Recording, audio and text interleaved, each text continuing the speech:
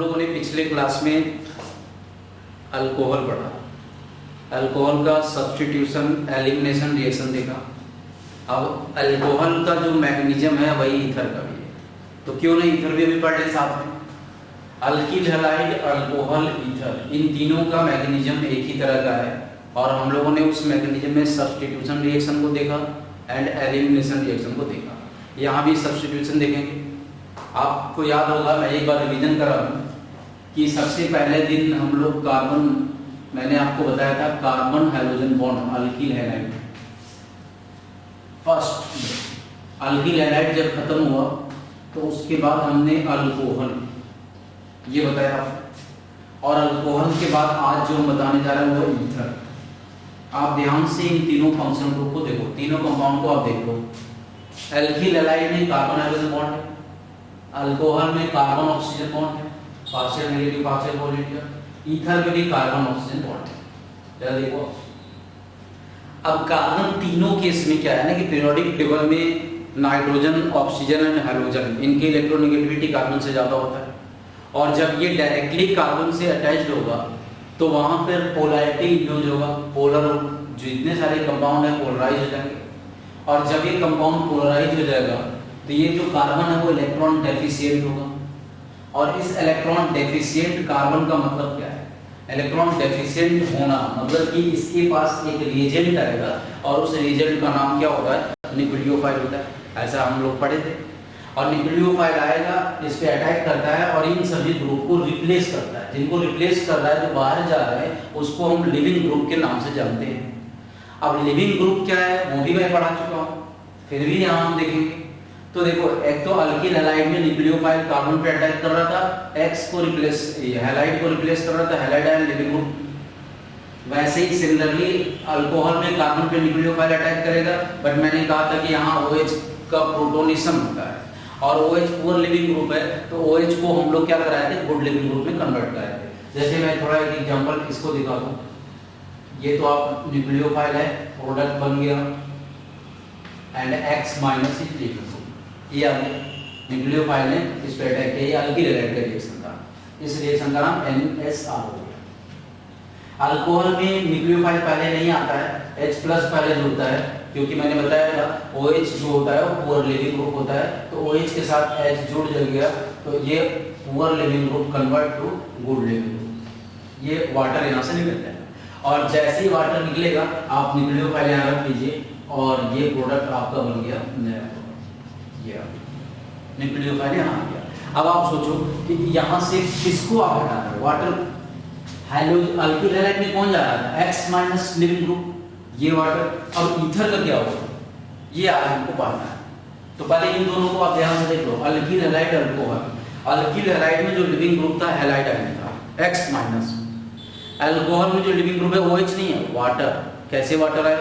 Due to protonation. तो after protonation हमने कहा था कि अल्कोहल का रिएक्शन जो होता है, सबसे पहला the first step, the initiation step of alcohol is protonation. मैंने ऐसा पहले जिक्र किया था।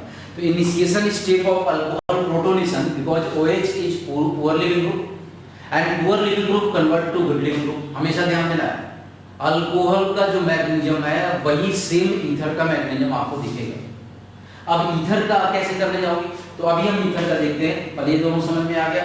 ईथर का रिएक्शन कैसे देखते हैं और ईथर का प्रिपरेशन कैसे होता है, ये देखेंगे।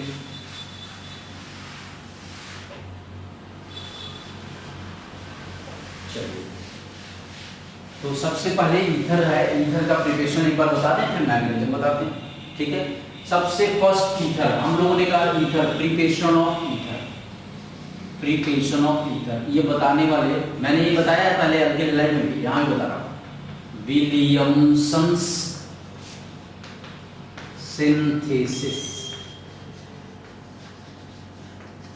विलियमसन सिंथेसिस, क्या नाम है? Williamson synthesis. This is one of the best method for the preparation of ether. Ether के प्रिपरेशन के लिए सबसे बेस्ट मेथड माना जाता है विलियमसन सिंथेसिस। इसने क्या किया? अल्किल हैलाइड को ले लिया, alkyl halide should be primary, and sodium alkoxide, sodium alkoxide, ये इनका रिएक्शन है टू गिव प्रोडक्ट ईथर। ये ईथर बन गया भाई। देखो हम लोग अल्किल हैलाइड में पढ़े थे, दोबारा मैं आपको यहाँ लिख के बता रहा हूँ कैसे बना। सोडियम एल्कोक्साइड नाम है इसका, सोडियम एल्कोक्साइड। ये एल्कोक्साइड है, ये alkyl halide, alkyl halide, alkyl halide primary alkyl halide है। और ये सबसे अच्छा न्यूक्लियोफाइल, टर्सरी में तो स्टेरिक फैक्टर होता है, तो ज्यादा अच्छा न्यूक्लियोफाइल कौन होगा? सेकेंडरी। तो सेकेंडरी हमने दे दिया। अब ये जो है आप खुद देखो, partial negative partial positive charge आ रहा है। ये न्यूक्लियोफाइल है, आकर के इस पे अटैक करेगा और किसको रिप्लेस करेगा? एक्स को रिप्लेस कर दिया। और जिसका प्रिपरेशन जो बना वो क्या हो गया? ईथर का फॉर्मेशन हो गया, ईथर बन गया। राइट, अब ईथर का फॉर्मेशन हो गया और सोडियम हैलाइड इधर निकल गया, एक्स माइनस निकल गया, सोडियम हैलाइड, ये ईथर बन गया।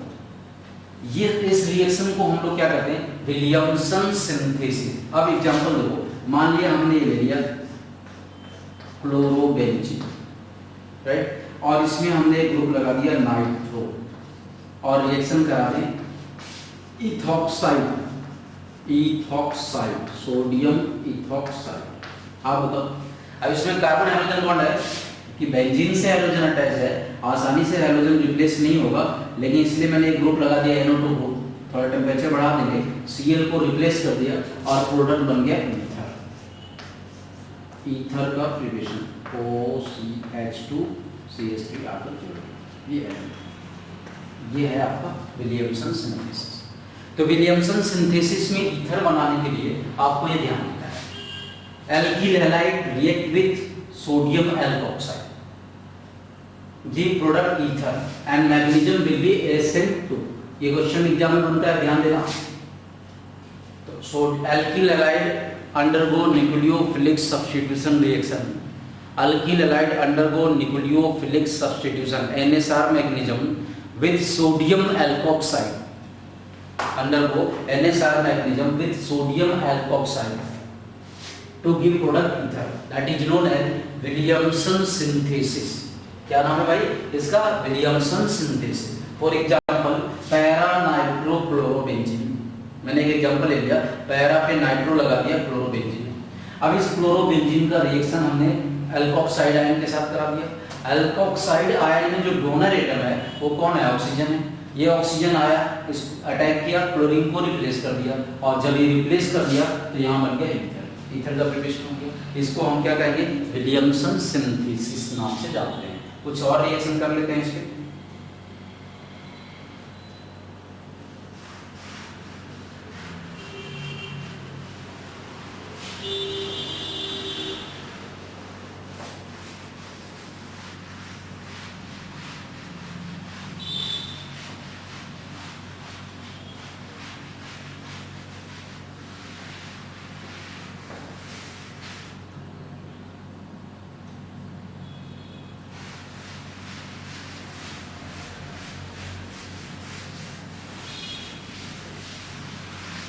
चलिए question number 2, benzyl chloride react with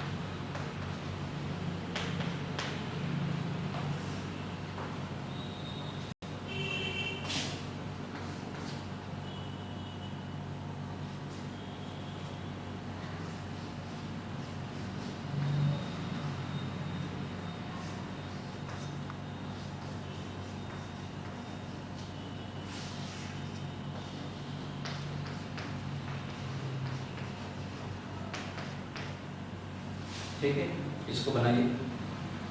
और हमने तीनों रिएक्शन में देखो sodium alkoxide and alkyl halide दिया है सभी, all the examples of Williamson synthesis.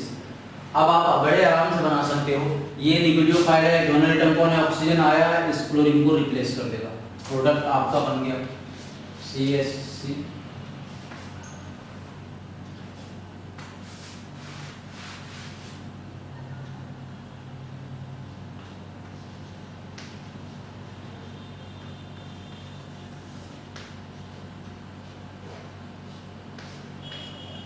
ये फाइनल आंसर आ गया पहले का। सिमिलरली सेकंड वाले में देखो, ये है जाकर इस पे अटैक करेगा, फ्लोरीन को रिप्लेस कर दिया।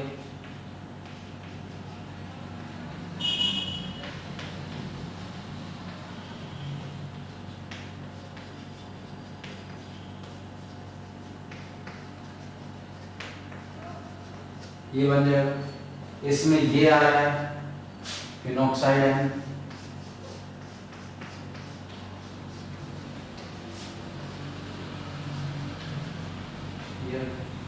ठीक है।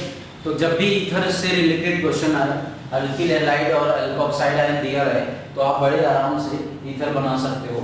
ये अल्कोक्साइड आयन है और ये अल्किल हैलाइड है, आप ईथर बनाइए, ठीक है। चलिए अब हम लोग ईथर का केमिकल रिएक्शन देखेंगे। हमने ईथर का प्रिपरेशन और पहले भी देखा था जब अल्किल हैलाइड चैप्टर पढ़ रहे थे, वहां भी ध्यान देना है, यहाँ भी मैंने बता दिया।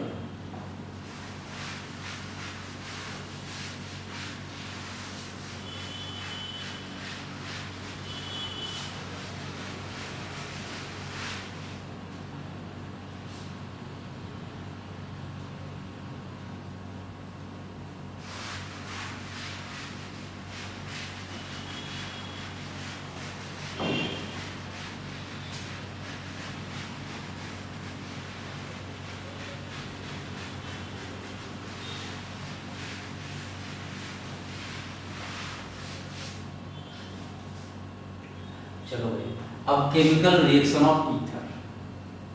ईथर में आपको समझना है, ये ईथर है और ईथर में ऑक्सीजन एटम है, इसमें दो अल्काइल ग्रुप लगे हुए हैं ये, और ये इलेक्ट्रॉन रिलीजिंग ग्रुप होने की वजह से ऑक्सीजन पे डेंसिटी इंक्रीज कर रहा है। इस वजह से ईथर जो है ये बेस की तरह काम करता है। ईथर इज बेस, एसिड नहीं, क्या होता है, बेस। तो हम जब भी ईथर का रिएक्शन पढ़ेंगे एसिड के प्रेजेंस में पढ़ते हैं, एसिड के साथ रिएक्शन पढ़ते हैं। तो हम लोग जो रिएक्शन पढ़ते हैं ईथर का, वो सबसे पहले एसिड। ईथर का रिएक्शन बेस, ये ईथर एक बेस है, और रिएजेंट जो हम लेते हैं, रिएजेंट वो हम लोग मैग्नीशियम, वो एसिड लेते हैं कंसंट्रेटेड हाइड्रोजन हैलाइड HX, और ये HX क्या है, एसिड। तो हम अब देखेंगे कि ईथर का रिएक्शन हाइड्रोजन हैलाइड एसिड के साथ क्या बनेगा, और यह रिएक्शन जो है सब्स्टिट्यूशन रिएक्शन ईथर में भी होता है। देखते हैं कैसे हो।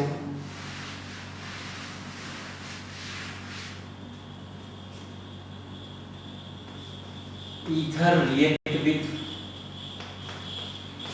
Hydrogen halide to give product alkyl halide and alcohol. एक तो आप ऐसे समझो, मैकेनिज्म अभी बताते हैं। पहला रिएक्शन आप देखिए, जब भी आप हाइड्रोजन हैलाइड के साथ ईथर का रिएक्शन कराओगे, तो एक product alkyl halide, first product alkyl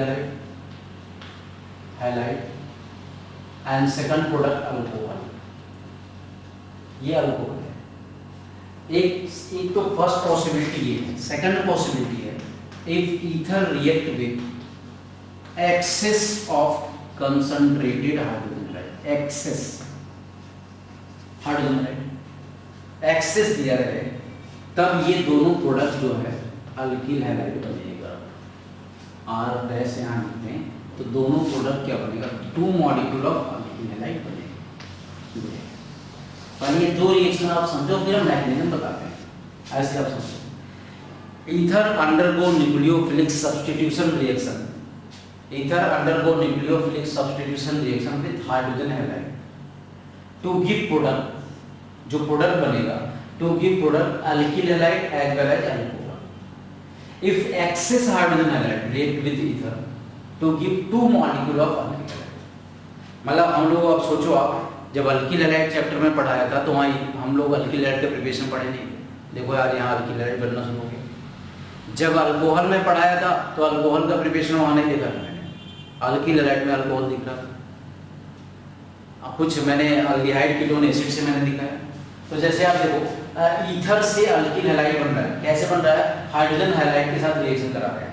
alcohol से अल्किल हैलाइड बन रहा था, कैसे बन रहा था? हाइड्रोजन हैलाइड के साथ रिएक्शन करा रहे थे, PCl के साथ, PCl5 के साथ। यहाँ भी देखो, तो ये जो मैकेनिज्म दिख रहा है ना, ये जो रिएक्शन है, इस रिएक्शन का नाम है NSR। किसकी वजह से ये बन रहा है? NSR की वजह से। NSR क्या है? Nucleophilic substitution reaction. NSR is nucleophilic substitution reaction. तो ईथर का रिएक्शन देखते हैं, substrate molecule ether and reagent hydrogen halide, product is alkyl halide alcohol. वैसे ही एक्सेस होगा तो दोनों प्रोडक्ट अल्किल हैलाइड बनेगा। चलिए देखते हैं मैकेनिज्म क्या होता है इसमें। हाँ, इसमें एक बात ध्यान देना है, reactivity order, reactivity order of reagent hydrogen halide का HF, HCl, HBr, HI। क्योंकि हाइड्रोजन हैलाइड तो एक है नहीं, सिंगल तो है नहीं, हैलाइड मैंने बोल दिया, तो HF है, HCl है, HBr, HI है। अब आपको देखना है, मैंने कहा कि ईथर तो बेस है और हाइड्रोजन हैलाइड के साथ रिएक्शन, एसिड के साथ रिएक्शन करता है। तो हाइड्रोजन हैलाइड में H+X- है, तो जो एसिड आसानी से H+ लॉस करेगा, मतलब इजीली X- देगा, उसी से हम प्रोडक्ट आगे बना रहे हैं, क्या? अल्किल हैलाइड और अल्कोहल बना रहे हैं। तो अब आपको देखना है कि इन चारों में कौन सा हाइड्रोजन हैलाइड है जो इजीली H+ देगा। तो हम लोग याद करो, हम लोगों ने पहले ऐसा पढ़ा है कि पीरियोडिक टेबल में टॉप टू बॉटम आते हैं, आयोडीन की साइज बड़ी होती है, लार्जर साइज होती है, इसलिए H+ आसानी से रिलीज करेगा। तो HI जो है स्ट्रॉन्ग एसिड होता है, ये है। तो ये रिएक्टिविटी का ऑर्डर है, HI, HBr, HCl, HI, order of reactivity of hydrogen halide. चलिए मैकेनिज्म देखते हैं इसमें कैसे मैकेनिज्म आएगा।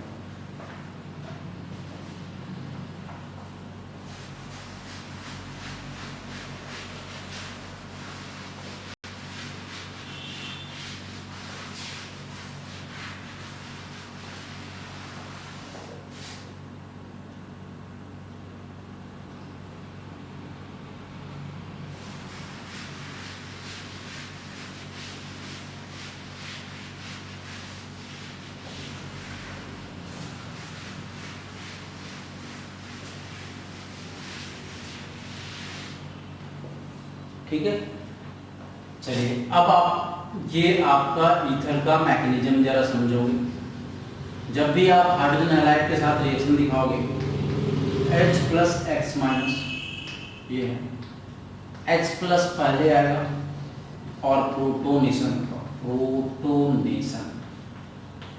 ये है प्रोटोनेशन। प्रोटोनेशन हुआ, ऐसे ही हम लोग अल्कोहल में पढ़े, तो हम लोग ऐसे ईथर को नाम दें, क्या कहेंगे? Protonated ether, protonated ether. इसका नाम क्या रखेंगे भाई? Protonated ether. ठीक है, अब जरा देखो,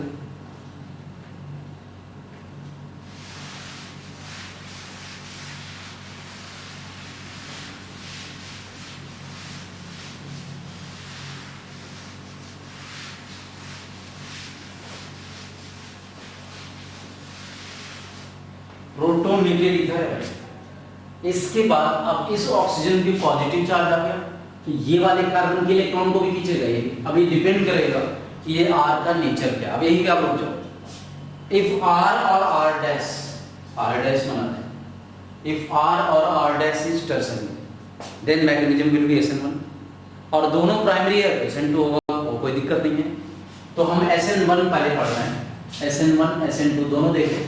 इसके बाद अब आप देखो R+ ये टूट गया और R dash OH alcohol negative group के फॉर्म में निकल गया, और जो X- आपका है वो X- आया और R पे अटैक कर गया, बन गया alkyl halide.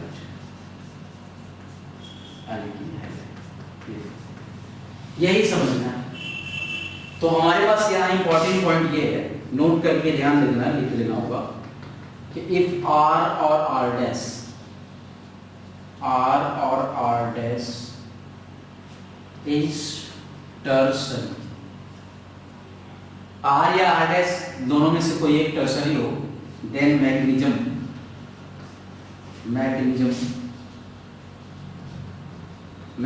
Will be SN1। ये मैग्नीशियम विल बी SN1, ठीक है। Otherwise SN। आर या आर डैश में अगर आप देखोगे टर्सरी होगा तो मैग्नीशियम SN1 कहेंगे, अदरवाइज SN2 कहेंगे। अब बहुत सिंपल है, ये ध्यान देना है। प्रोटोनेशन पहले होगा, प्रोटोनेटेड ईथर होगा। अगर आर या आर डैश बड़ा ग्रुप है तो जल्दी टूट जाएगा, कार्बोकेटायन बनना चाहेगा क्योंकि टर्सरी कार्बोकेटायन हाईली स्टेबल होता है, तो कार्बोकेटायन बनना मतलब SN1 का रहेगा। नहीं बनेगा, कार्बोकेटायन का फॉर्मेशन नहीं होगा, SN2 होगा, बैक साइड से न्यूक्लियोफाइल अटैक करेगा। ये प्रोडक्ट है। अब इसमें क्या है कि यही हाइड्रोजन हैलाइड को एक्सेस ले लेते, तो एक्सेस हाइड्रोजन हैलाइड क्या फर्दर एल्कीन हैलाइड के साथ रिएक्शन करेगा? नहीं। किसके साथ करेगा? अल्कोहल। और हम लोग पढ़ चुके हैं कि अल्कोहल का रिएक्शन हाइड्रोजन हैलाइड के साथ क्या बनता है? Alkene halide. इसीलिए कभी भी ईथर के सामने एक्सेस हाइड्रोजन हैलाइड दिया हो तो ये ध्यान देना है, एक्सेस हाइड्रोजन हैलाइड रहेगा तो प्रोडक्ट अल्कोहल नहीं, दोनों प्रोडक्ट क्या बन जाएगा? अल्कीन हैलाइड बनेगा। इसको आपको समझना है, तो इसको नोट कर लो। If R or R dash tertiary then mechanism will be SN1, otherwise SN2।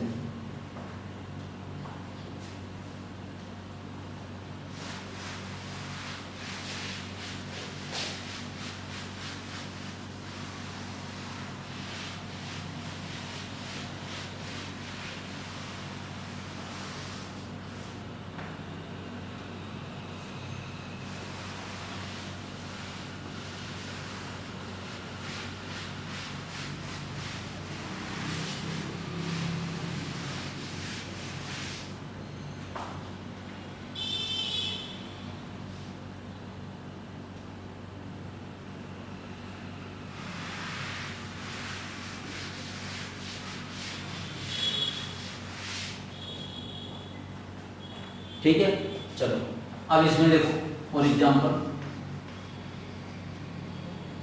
हमने टर्सरी अल्कीन हैलाइड ले लिया, ये दोनों टर्सरी ले लिया और रिएक्शन करा दिया कंसंट्रेटेड HCl इसके साथ, राइट। एक क्वेश्चन हो गया। दूसरा सेकंड है टर्सरी अल्कीन हैलाइड ये लेते और इधर हम मिथाइल डालते, इसका रिएक्शन HI, ये क्वेश्चन IIT में भी पूछा गया, HI के साथ कराते हैं। अब आप समझो, पहले वाले में हमने हाइड्रोजन हैलाइड ले लिया, हाइड्रोजन क्लोराइड, ये टर्सरी है, H+ निकलेगा, पहले प्रोटोनेशन होगा, H ऑक्सीजन के साथ जुड़ गया, एक अल्कोहल बन गया और दूसरे कार्बन पे आकर के हाइड्रोजन रिप्लेस करके अल्कीन हैलाइड बन जाएगा। तो बड़े आराम से बना सकते हैं, एक प्रोडक्ट तो बन गया अल्कीन हैलाइड और सेकंड प्रोडक्ट क्या बन जाएगा? अल्कोहल। ये बन गया अल्कोहल, ये बन गया। अब जरा क्वेश्चन नंबर 2 ये देखो भाई, पहले में आप ईथर का ये R है या R है, ये टर्सरी सेकेंडरी, आप जरा ध्यान से देखो, ये भी अल्काइड है, ये भी अल्काइड है, तो एक अल्काइड अल्कीन हैलाइड और दूसरा अल्काइड जो क्या बन गया? अल्कोहल बन गया। मैग्नीशियम में भी हम लोगों ने ऐसा देखा। अब जरा इसको देखो, ये इंपॉर्टेंट है, ये तो आसान है, इसको जरा देखो, इसमें H+I-, ये टर्सरी है, कार्बोकेटायन बनेगा, इस वाले कार्बन पे न्यूक्लियोफाइल अटैक करेगा। मैंने कहा कि R या R डैश टर्सरी होगा तो उस कार्बन पे न्यूक्लियोफाइल जाएगा क्योंकि वो मैग्नीशियम SN2 नहीं होगा, क्या होगा? SN1 होगा। तो इसका जो प्रोडक्ट बनेगा वो क्या बन रहा है? I इस पे आ गया और अल्कोहल ये बन गया, दोनों में अंतर संपर्क। क्यों नहीं I- मिथाइल पे अटैक किया? क्योंकि जो कार्बोकेटायन बन रहा है वो मिथाइल का नहीं बन रहा है, किसका बन रहा है? टर्सरी का। और टर्सरी का कार्बोकेटायन क्यों बना? क्योंकि मैग्नीशियम जो है ये R क्या था? टर्सरी। ये समझना है। और भी ऐसे इससे रिलेटेड अब हम लोग कुछ प्रॉब्लम्स करते हैं, फिर क्वेश्चन दे रहे हैं, करो।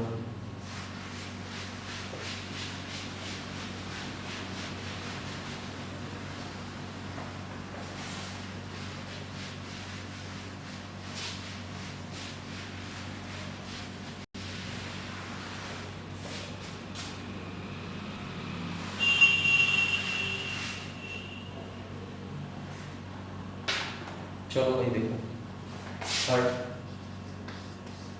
अब हमने दोनों प्राइमरी ले लिया, अब जरा समझो, फिर प्राइमरी टर्सरी एक साथ देखें दोनों, एक ये है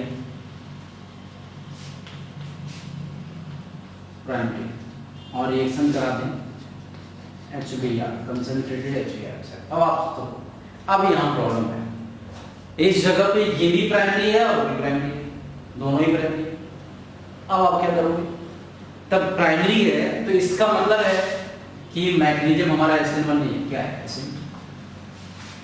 अब SN2 है तो इसका जो मैग्नीशियम बनेगा वो आपका प्रोटोनेशन होगा,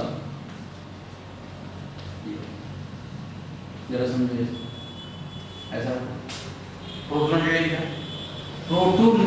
ईथर में ये 3 कार्बन का है ना, तो प्रोटोनेटेड ईथर ये। अब आपको डिसाइड करना है कि Br- कौन से कार्बन पे अटैक करेगा, ये 2 कार्बन का जो चेन है इस पे अटैक करेगा कि 3 कार्बन के चेन बैक साइड से अटैक करता है, क्योंकि टर्सरी तो है नहीं कि कार्बन कटन बन जाएगा, ये दोनों ही प्राइमरी है। तो दोनों प्राइमरी है तो दोनों केस में जो न्यूक्लियोफाइल आएगा वो उस कार्बन पे अटैक करेगा जहां भीड़ क्या होगा, लेस स्टेरिक हिंड्रेंस, क्योंकि SN2 का क्या है कि न्यूक्लियोफाइल बैक साइड से अटैक करता है और वहां पे अटैक करेगा जहां भीड़ क्या होगा कम। तो इस केस में अगर आप देखोगे तो ये 3 कार्बन का चेन है, भीड़ ज्यादा यहाँ पे आ दो तो Br- किस पे अटैक करेगा, इस वाले कार्बन पे, तो H प्लस Br- ये Br- जो है यहाँ अटैक करेगा, ये ध्यान देना इस पे। इसका मतलब कि स्मॉलर पार्ट जो होगा, स्मॉलर पार्ट वो अल्किल हैलाइड बनेगा और लार्जर पार्ट अल्कोहल। ये देखो पहले H प्लस इसके साथ जुड़ा तो प्रोटोनेशन, अब इस कार्बन पे आ रहा, देखो क्या बन रहा, CH3 CH2 Br, ये बना इथाइल ब्रोमाइड, उसके बाद CH3 CH प्रोपाइल अल्कोहल बन गया,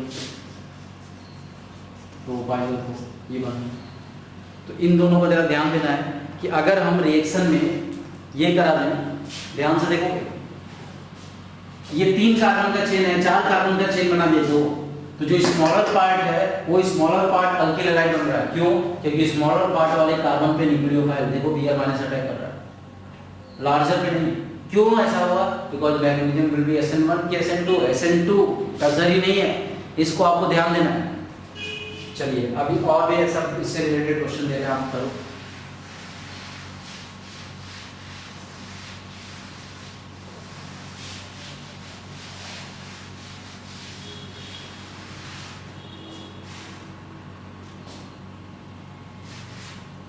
फोर्थ नंबर हमने यहां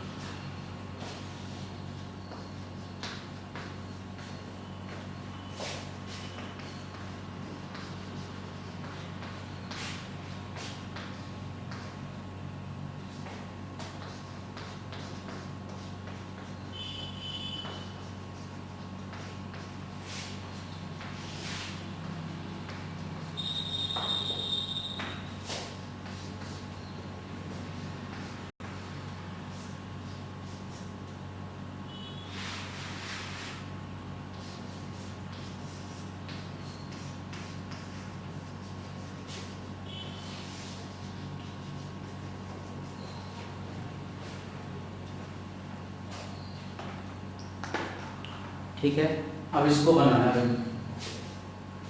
ये ईथर है, methyl ethyl ethyl ethyl methyl ethyl, जरा देखो, अब मैग्नीशियम की कोई जरूरत नहीं है, अब डायरेक्ट आप करिए, यहाँ HI है, ये दोनों ये SN2 मैग्नीशियम देखा, टर्सरी तो है नहीं, SN2 है, SN2 है मतलब कि आयोडीन हाइलाइट आयन उस कार्बन से जुड़ेगा जहाँ भीड़ क्या होगा, तो इथाइल नहीं, किससे जुड़ेगा, मिथाइल, यहाँ प्रोडक्ट बनेगा मिथाइल आयोडाइड, और जो H जुड़ा है इस O से, ये पूरा पार्ट क्या बन गया, अल्कोहल।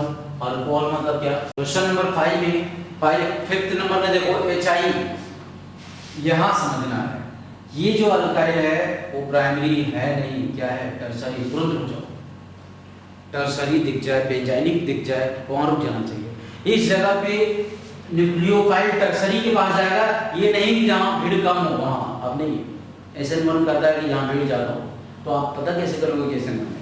कार्बन का नेचर देखिए, अल्काइल ग्रुप प्राइमरी है, सेकेंडरी है कि टर्सरी? ये कार्बन इधर प्राइमरी है और ये कार्बन क्या है? टर्सरी है। तो पहले कार्बोकेटाइन टूटता है ना, तुरंत इंटरमीडिएट का फॉर्मेशन होगा, तो इसका जो प्रोडक्ट बन रहा है वो देखो बड़े वाले के साथ आयोडीन जा रहा है। अंतर समझिए पहले, ये आयोडीन यहाँ है और बाकी ये अल्कोहल बन गया, अल्कोहल। सोचो इस वाले में ऐसा नहीं हुआ, इसमें आयोडीन इस बड़े पार्ट इथाइल के साथ नहीं जा रहा, मिथाइल के साथ, जबकि इसमें आयोडीन इसके साथ जा रहा है। क्यों? क्योंकि ये मैग्नीशियम SN1 है, SN1, और ये मैग्नीशियम क्या है? SN2। इसका मैं जो फोकस कर रहा हूँ आप समझो, आप एकदम पॉइंट इसको याद रखो। इफ R और R dash is tertiary then magnesium will be SN1। जैसे ही ईथर में R पार्ट टर्सरी दिख जाए तुरंत समझ जाना SN1 होगा, और SN1 होगा मतलब क्या होगा? Nucleophile I minus Br minus Cl minus उस कार्बन से जुड़ेगा जहां टर्सरी होगा। और अगर R दोनों साइड R क्या है? सेकेंडरी है, प्राइमरी, टर्सरी, वहां देखना पड़ेगा, सिर्फ प्राइमरी है तो मैग्नीशियम क्या होगा? SN2। और प्राइमरी में उस कार्बन से जाकर के न्यूक्लियोफाइल जुड़ेगा जहां भीड़ क्या होगा? कम। ये हो गया। चलिए क्वेश्चन नंबर 6 को जरा देखो।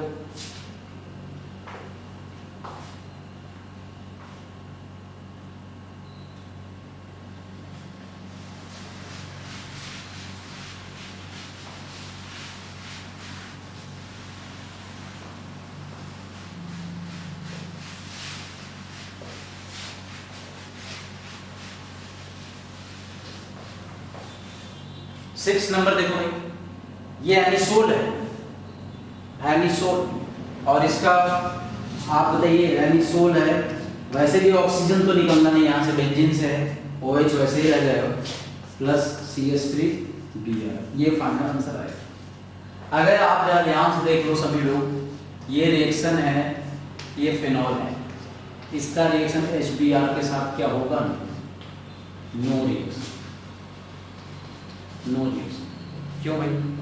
क्योंकि OH जो है यहाँ OH का लोन पेयर रेजोनेंस, ये सब कुछ आप जानते हो पहले से। OH के बीच पार्शियल डबल बॉन्ड कैरेक्टर आएगा, क्या OH आसानी से वहां से निकलेगा?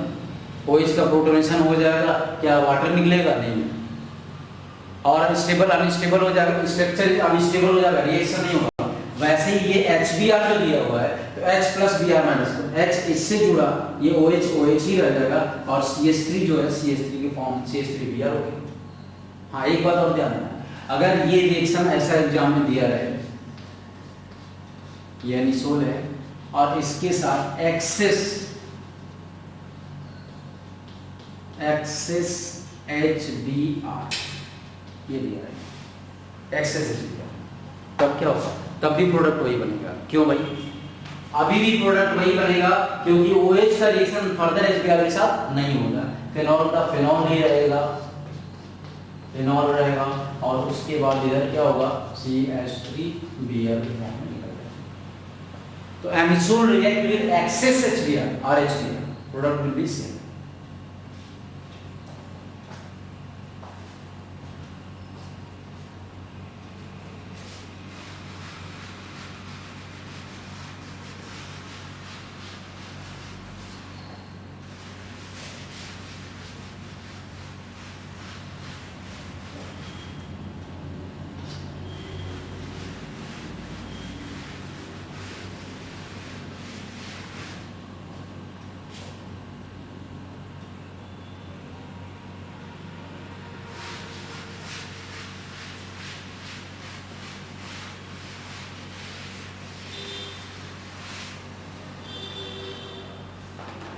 ठीक है, चलिए अब हम लोगों को क्वेश्चन सॉल्व करना है।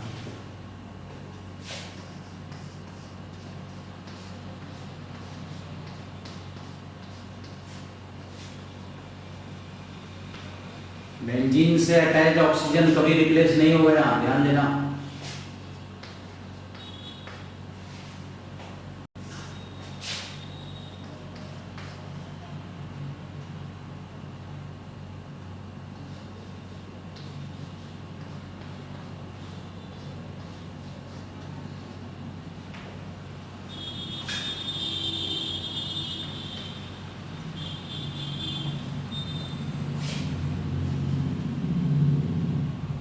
पहले इतना करो। अब ठीक वैसे ही मैंने क्वेश्चन नंबर 6 में भी दे दिया। 6 नंबर में H प्लस आई माइनस, ये ऑक्सीजन से HI क्या होगा, जुड़ेगा। H प्लस आया, आप जरा बताइए I किस पे अटैक करेगा, CH2 पे कि डबल बॉन्ड पे? कभी डबल बॉन्ड नहीं करेगा। ये वाला कार्बन ज्यादा इलेक्ट्रॉन डेफिशिएंट है ये।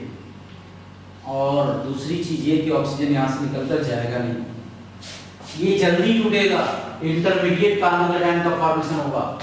बेंजाइलिक कार्बोकेटायन जो स्ट्रक्चर बनेगा वो CH2 के साथ आ ही जाएगा, ना कि इसके साथ आएगा। ध्यान रखिए।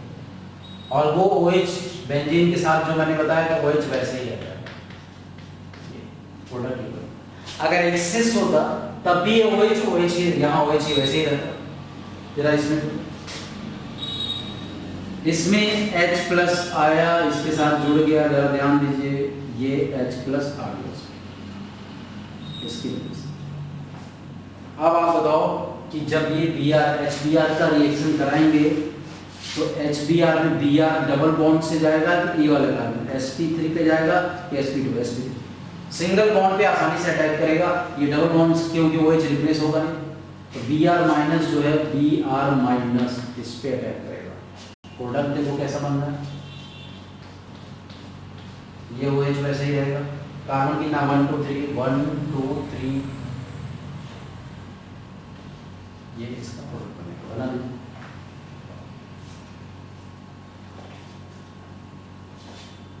और अगर एक्सेस दिए रहते तब भी प्रोडक्ट क्या बनता है, ये बनता। OH तो रिप्लेस होना नहीं, ठीक है।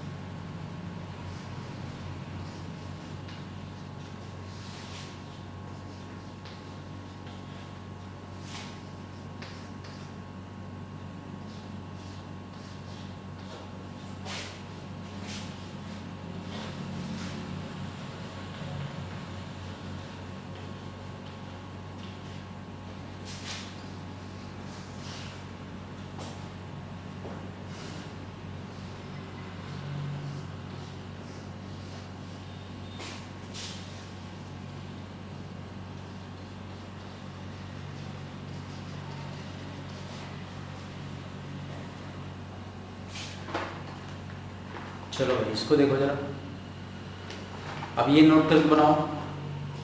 इन दोनों के, इन तीनों में ध्यान देना है। साइक्लिक इधर है तो साइक्लिक इधर है, तो आप बस एक बार मैं थोड़ा हिंट कर दूं, देख लो फिर बनाओगे। ये वो है ऑक्सीजन, जैसे ही प्रोटोनेशन होगा तो ये वाला कार्बन, ये नंबरिंग करो 1 2 3 4 5 है कार्बन। इसमें कितना 1 2 3 4 और एक ऑक्सीजन है। ये 5 एटम का रिंग है, 5 में से 4 कार्बन एक ऑक्सीजन है। ये 6 एटम का रिंग है, 6 में से एक ऑक्सीजन है, 5 कार्बन है। अब जरा आप बताइए कि इसमें जब H प्लस इस ऑक्सीजन से जुड़ जाएगा तो Br माइनस कौन से कार्बन पे अटैक करेगा, कार्बन 1 कि 5? दोनों एक, किसी भी अटैक करे, चाहे फर्स्ट पे या फिफ्थ पे। ABCH2 कोई दिक्कत नहीं है। यहाँ भी वैसे जब इथर का प्रोटोनेशन होगा H प्लस इससे जुड़ जाएगा इससे, तो Br माइनस जो आएगा वो या तो 1 पे अटैक, या तो 1 पे करेगा या किस पे करेगा, 4 पे। चलो बनाओ इसको।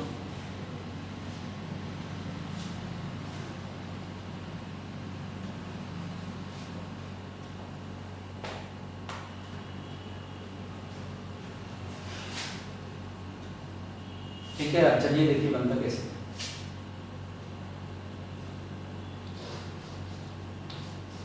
इसमें अगर ये H प्लस आकर इससे जुड़ रहा है, मतलब क्वेश्चन नंबर 1 में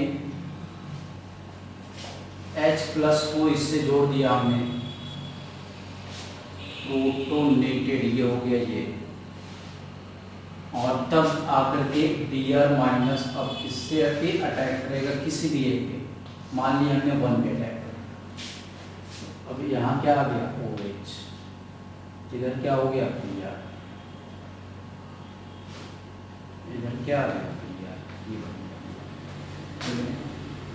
हम इसको चाहें तो ऐसे भी लिख सकते हैं CH2 CH2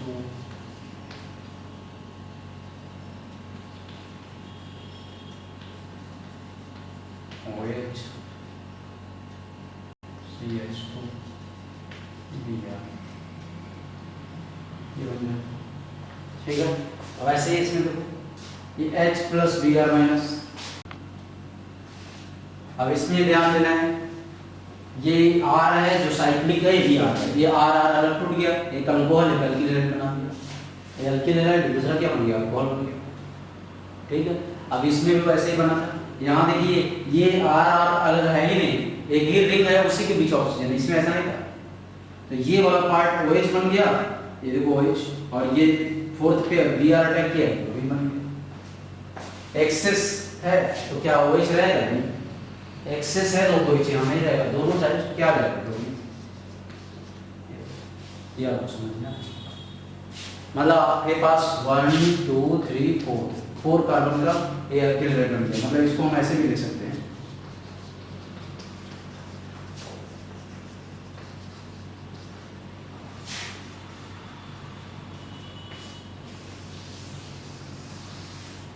ये बन गया। इसका एक्सेस नहीं होता तो इसी चेन में एक साइड OH लगता, दूसरे साइड क्या लगता Br लगता ब्रोमीन। तो अब हम लोगों को कुल मिलाकर के ये समझ में आया कि जब भी ईथर का रिएक्शन हाइड्रोजन हैलाइड के साथ दिया रहे, एक्सेस दिया हुआ है तो दोनों अल्किल हैलाइड बनेगा, एक्सेस नहीं दिया तो एक अल्किल हैलाइड और एक अल्कोहल बनेगा। ठीक है, ये साइक्लिक के फॉर्मेशन, साइक्लिक ईथर, इसको हम साइक्लिक ईथर कहते हैं, ये सब साइक्लिक ईथर है। इसमें R और R' अलग नहीं है, उसी में है, इसलिए अल्कोहल और अल्किल हैलाइड एक साथ बन रहा है, दो प्रोडक्ट नहीं बन रहा है, एक ही कंपाउंड में एक ही चेन में लगा हुआ है। तो अब हमारा ईथर का ये जो SN1 SN2 का कंसेप्ट है ये खत्म हो गया। अब आपको हम इससे रिलेटेड असाइनमेंट देंगे, वो आप सॉल्व करो। तो ध्यान देना है, हम लोगों ने अल्किल हैलाइड में SN1 SN2 पढ़ा, अल्कोहल में SN1 SN2 पढ़ा और ईथर में भी SN1 SN2 पढ़ी। मतलब 3 चैप्टर में SN1 SN2 हम लोगों ने देखा, और उसमें बस SN1 SN2 में यही ध्यान देना है कि जो भी कार्बन चेन होगा वो टर्सरी होगा, बड़ा पार्ट होगा वो SN1 को फॉलो करेगा, छोटे पार्ट होंगे या प्राइमरी होगा मतलब SN2 को फॉलो करेगा। जैसा कि मैंने ईथर में बताया कि इफ R और R' is tertiary then mechanism will be SN1, otherwise SN2। तो टर्सरी है तो SN1 है, नहीं है तो SN2 है, ये आपको ध्यान देना है। ठीक है, चलिए बस आज इतना ही, अब इसके बाद अगले क्लास में बताएंगे। ईथर कंप्लीट हो गया। एनसीईआरटी बुक में जितने सारे ईथर के प्रॉब्लम्स दिए हुए हैं वो आप लगाओ, अल्कोहल का दिया हुआ है वो आप लगाइए, और हम असाइनमेंट दे रहे हैं उसको आप कंप्लीट करो। ठीक है, चलो थैंक यू।